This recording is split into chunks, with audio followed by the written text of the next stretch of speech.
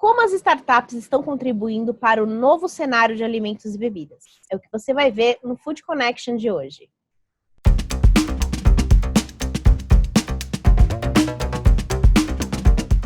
Estou de volta com mais um Food Connection, um programa para toda a cadeia de alimentos e bebidas.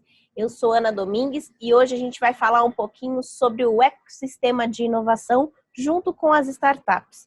Mas antes da gente começar, já sabe, curte o nosso canal e ativa as notificações que todo dia a gente traz um assunto relevante aqui para você. Bom, as startups elas ganham destaque nesse momento de isolamento social porque elas ajudam na criação de soluções de novos produtos e serviços que atendam às necessidades de toda a cadeia de alimentos e bebidas. E para começar, para a gente até entender um pouquinho desse cenário das startups, eu falei com o Rafael Augusto, que é diretor de inteligência de mercado da Liga Ventures, e falou um pouquinho sobre como tem sido esse momento para as food techs e como que as empresas têm visto essas parcerias a favor da melhora dos produtos. Vamos conferir.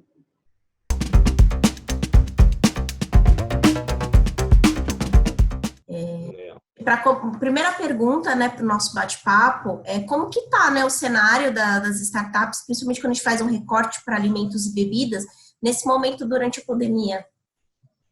Legal. Bom, o que a gente vem percebendo é que está todo mundo no mesmo sentido, né? Ainda está todo mundo tentando sentir o mercado, o que vai ser o pós dessa história. Alguns setores já sentiram o impacto logo de cara, né? Assim que a gente, principalmente quando a gente entrou em quarentena um pouco mais restrita, impactou diretamente, principalmente ali já fazendo um recorte para o lado de alimentação e bebidas, a parte do varejo físico, né? Dos comércios, restaurantes e tudo mais. Esse pessoal já sentiu bastante, as startups, inclusive, que ofereciam algum tipo de tecnologia ou solução para esse público mais na interação do mundo físico, tiveram que rapidamente adaptar os seus modelos e também expandir as soluções que eles tinham para o mundo online, né? De uma maneira geral, o cenário ele também reflete algo parecido. Então, os setores que foram impactados diretamente desde o momento inicial da restrição da quarentena, as soluções dessas startups e as startups em si, elas tiveram que também readaptar todos os seus processos, seus produtos ali, né? Então, muita coisa que a gente via, por exemplo, relacionada a recrutamento e seleção, começou a ter um outro perfil. Essas soluções começaram a poder atuar também em outros elos da cadeia dentro de recursos humanos, porque ao mesmo tempo que a parte de recrutamento e seleção sofreu um impacto direto, na maioria das áreas, né, na maioria dos setores, as outras áreas dentro de RH tiveram uma atenção especial, porque todo mundo migrou para o trabalho remoto, todo mundo precisou saber como acompanhar a partir de agora a produtividade, os resultados, o desenvolvimento dos seus colaboradores de uma maneira remota. Então, essas soluções começaram a também aproveitar que já entendiam desse mercado e trazer outras coisas para dentro da cadeia, tá? E isso é uma característica geral das próprias startups, assim, né? As startups, elas nascem dentro de um ambiente de risco, assumindo uma responsabilidade de mudar aquele mercado com um apetite muito grande à transformação, né? Então, naturalmente, isso já está intrínseco ao DNA delas, então, mesmo no momento de crise imposta externamente, globalmente, elas conseguiram e estão conseguindo reagir de uma maneira rápida, né? Até uma pesquisa que a gente fez recentemente junto com o IDEXO e com o Inovativa Brasil mostra isso, o otimismo dos empreendedores na retomada. Todos estão sentindo de alguma forma nesse momento inicial em queda de cliente, em redução de receita, até mesmo reestruturação de quadro, mas existe uma visão de um horizonte aí mais ou menos de até 6 meses em média de uma retomada, né, de voltar ao que estava antes desse momento de crise. E para uma empresa que ainda não tem nenhum relacionamento com uma startup, já percebeu aí que precisa inovar, né? Já está mais que na hora, já está até atrasada, se a gente for pensar pela quantidade de tempo que a gente está em isolamento social. Como que ela pode fazer essa aproximação com as startups, Rafael? Legal. A gente divide aqui esse relacionamento em 3 grandes pilares, tá? Para facilitar o entendimento.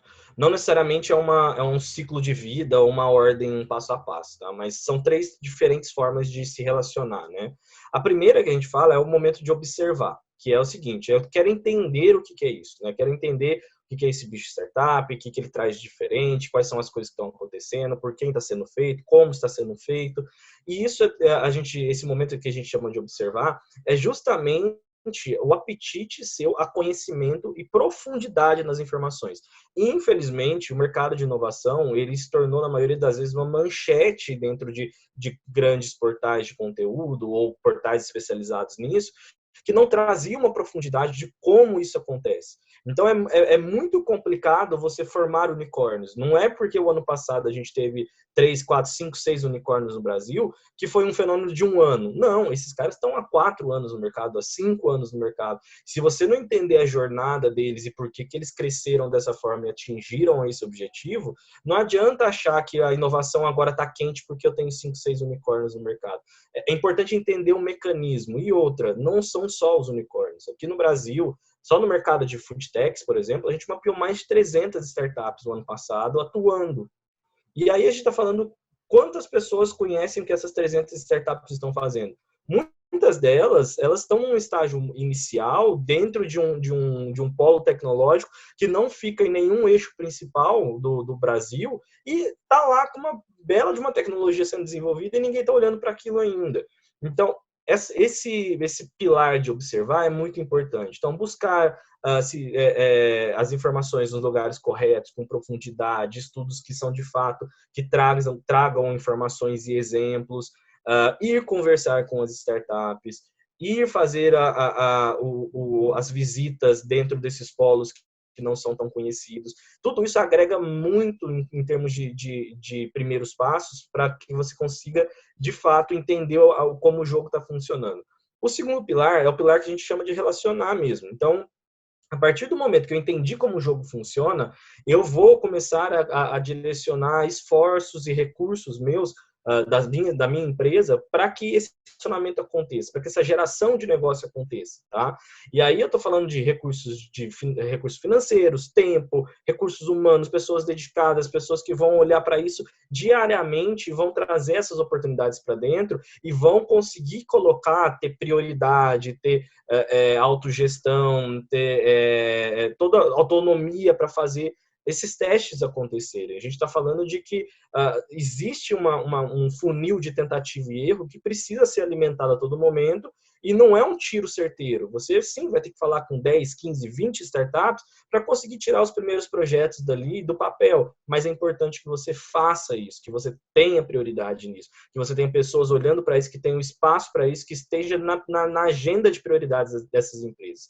E por último, o que a gente chama do pilar de investir, é que quando chega um momento que eu entendi como funciona, eu já testei soluções, achei belos parceiros, achei soluções interessantes, algumas interessantes o suficiente, que faz sentido eu estar mais próximo estrategicamente delas, eu passo a olhar para investimento. Passo a olhar para comprar uma parte dessa startup, ou comprar ela inteira, ou fazer um acquire, que é a compra das pessoas que estão ali dentro, né? A contratação desse time todo para dentro de casa, eu fazer um desenvolvimento conjunto de uma propriedade intelectual.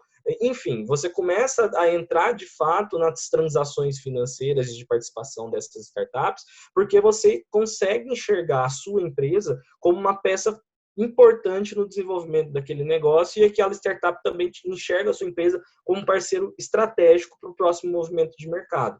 E aí, com esses 3 elos aí, né, com essas 3 possibilidades, a gente consegue criar um relacionamento de fato estruturado, com momentos corretos para as coisas, para que o mercado entenda que não é startup, não é padaria, né? Não é ver meio quilo de startup de tal coisa. Não. Existe um modelo de negócio por trás, existe várias outras opções por trás, existe todo um fundamentalismo ali que faz sentido o entendimento desde a primeira etapa para que você possa, sim, fazer uma proposta de investimento para esse cara, uma proposta de participação, se esse for o objetivo.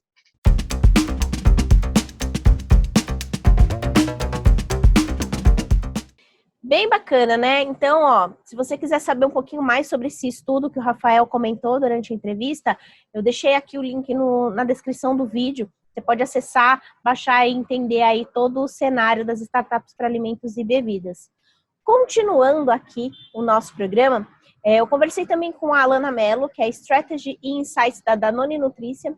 Ela falou um pouquinho sobre como que a empresa enxerga essa parceria com essas empresas em busca de novas soluções para entregar produtos de qualidade para o consumidor. Vamos conferir essa entrevista?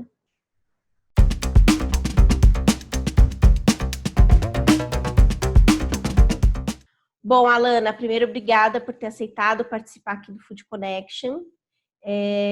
Para começar aqui o nosso bate-papo, eu queria saber um pouquinho de como que é a relação da Danone com as startups.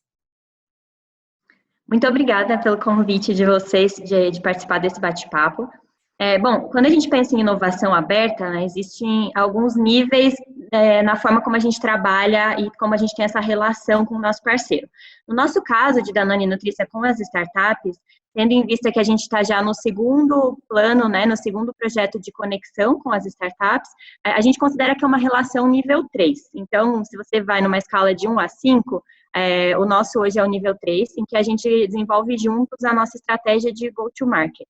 Então, os níveis seguintes, que são o 4 e o 5, seriam aqueles mais voltados para um investimento, uma aquisição de fato, que ainda não é o nosso caso.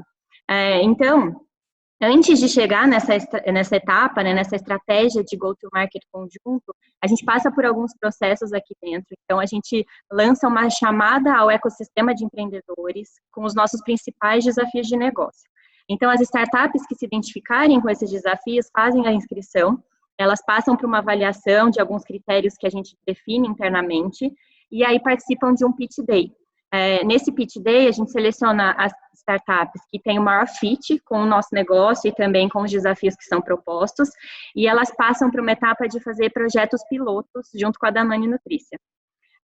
Aí existe aquele tempo, né, de validação do projeto piloto, e depois, juntos, a gente define qual que vai ser a nossa estratégia de atuação com essa startup.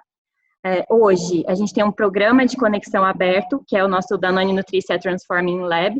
A gente busca startups para atender desafios de todas as nossas áreas de negócio, muito alinhado com a nossa estratégia. E existe também uma outra parte, que é uma parte de scouting das startups também. Então, que a gente vai proativamente no mercado buscar as startups que atendam a determinados desafios, mas aí é algo mais pontual do negócio da Danone. E qual que é a importância, assim, na sua opinião, de pensar em novos negócios, principalmente quando a gente pensa nesse momento que a gente está passando da pandemia, né? Que muita gente acha que não é o momento de inovar, mas na verdade o mercado está se transformando a cada minuto praticamente, né? Então, para vocês, assim, qual que é a importância de pensar, né? Vocês estão fazendo aí um programa nesse momento com as startups, né? Eu queria saber mais como que vocês entendem essa importância de ter a questão da inovação por perto em momentos de crise como a gente está vivendo. Claro. Acho que, assim, inegável, né, que pensar em novos negócios, pensar em inovação, nesse momento é ainda mais relevante. Mas é importante em qualquer momento do negócio, porque eu associo muito esse pensamento de inovação a uma visão de horizontes não tão óbvios para a empresa, né? Então, a gente pensa, quando a gente pensa em novos negócios, e sendo a Danone Nutricia uma empresa essencialmente de produtos, a gente acaba ampliando a nossa visão para novos territórios de produtos, mas também para serviços, para experiências, para transformações menos óbvias. Então, a gente acaba pensando em entregas adjacentes que compõem a nossa proposta de valor. Nesse momento que a gente está vivendo no Brasil, principalmente, existe uma aceleração das tendências que já existiam. Então, elas estão aceleradas para serem incorporadas muito em breve. Então, pensar em novos negócios agora é, de alguma forma, a gente se antecipar ao que vem mais adiante.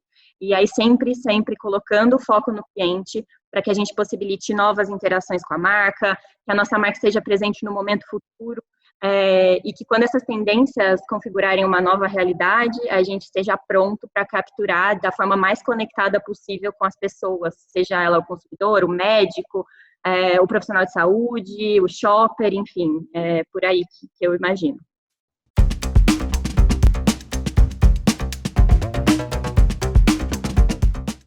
A Danone está com um desafio bem bacana para as startups. Eu deixei também aqui o link na descrição do vídeo. As startups que tiverem interesse podem se inscrever até o dia 14 de junho.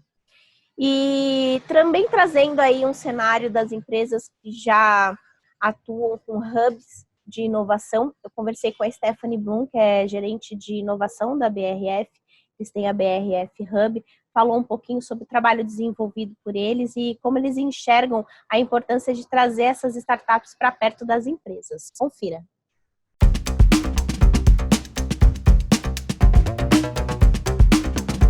Muitos gestores acreditam que nesse momento seja a hora de segurar a inovação. E não, na verdade, é o momento de estreitar o relacionamento com a startup, né? Como que vocês acreditam a importância dessas startups, né? Você comentou um pouquinho sobre a importância de ter as pesquisas. Como que tem esse trabalho? Conta um pouquinho mais pra gente.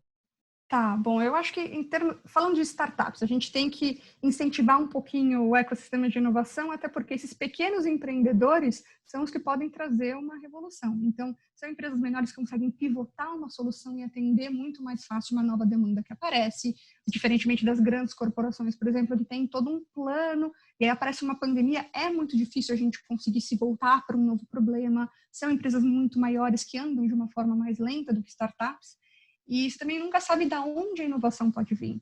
Então, eu acho que as startups têm esse papel um pouco de desconstruir um pouquinho de como as coisas estão hoje, pensar um pouquinho em problemas futuros, né?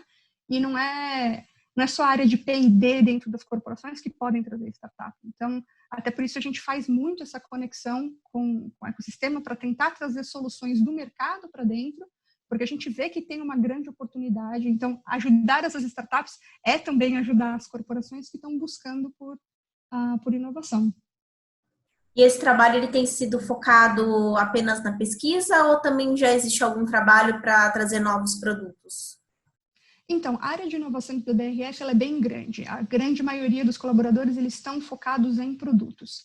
Então, eu não consigo dizer se o Covid trouxe alguma coisa nova nesse sentido, tipo, deixa eu pensar num produto novo. Eu acho que isso é uma coisa que ainda está sendo muito discutida. Então, como é que esse next normal pode impactar a gente? Será que eu preciso pensar num novo produto que atenda às novas necessidades do meu consumidor? Isso é um pedaço da área que faz.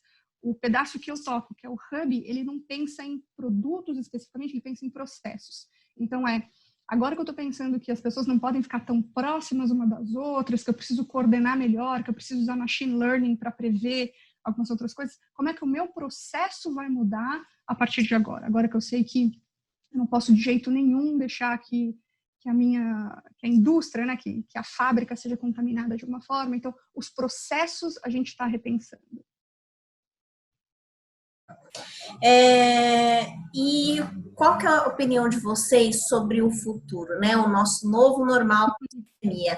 Ele vai abrir mais espaço para as food techs? Eu tenho certeza absoluta que sim. Eu acho que, primeiramente, a alimentação é necessária, então a gente não fica sem comer. Eu acho que o setor de food tech é um que está sendo muito impactado positivamente, né, na medida do possível pelo Covid. Então a população durante a quarentena está em casa, está aprendendo a cozinhar, está descobrindo novos restaurantes, quem não se virava na cozinha está tendo que aprender novas técnicas ou comprar produtos que de fato atendam essa nova demanda. Então, tem a mãe com 4 filhos que não para mais para fazer alguma coisa, ela precisa desse produto que seja rápido, que seja fácil de fazer. E eu acho que até a forma que a gente se conheceu foi naquele evento do Sankaton, né? Então, é legal ver também que a universidade percebeu que o setor de food service também está sendo muito impactado, e como a BRF é parceira, ela ajudou nessa organização do evento, né? Então, mais de 400 inscritos quiseram se juntar em times para trazer ideias para o que pode ser esse novo normal.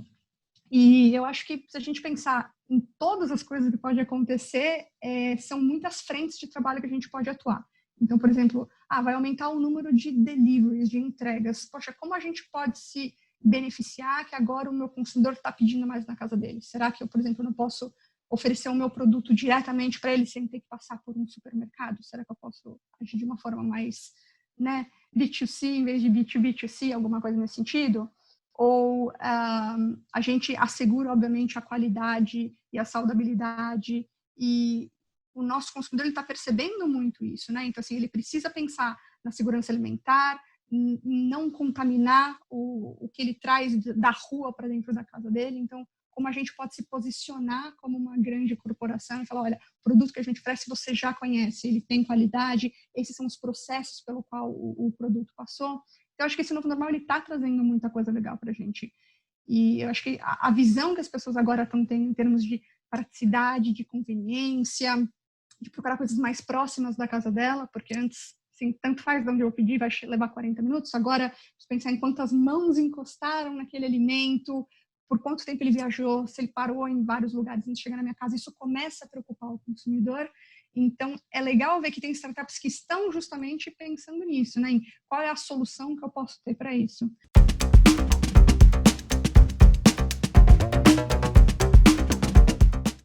Pois é, esse Sankaton que ela comentou, afinal foi ontem, e a gente vai trazer aqui no Food Connection os ganhadores e falar um pouquinho sobre essas novas soluções para o mercado alimentício. Aguarde. Então, para você não perder, acompanhe os nossos episódios. Você pode acompanhar tanto pelo YouTube como nas principais plataformas de podcast. Não esquece, hein? Bom, hoje eu vou ficando por aqui. Espero que você tenha curtido, assim como eu curti, falar um pouquinho sobre esse cenário inovador para a nossa cadeia de alimentos e bebidas. Amanhã eu volto com mais informações e eu espero por você. Até logo!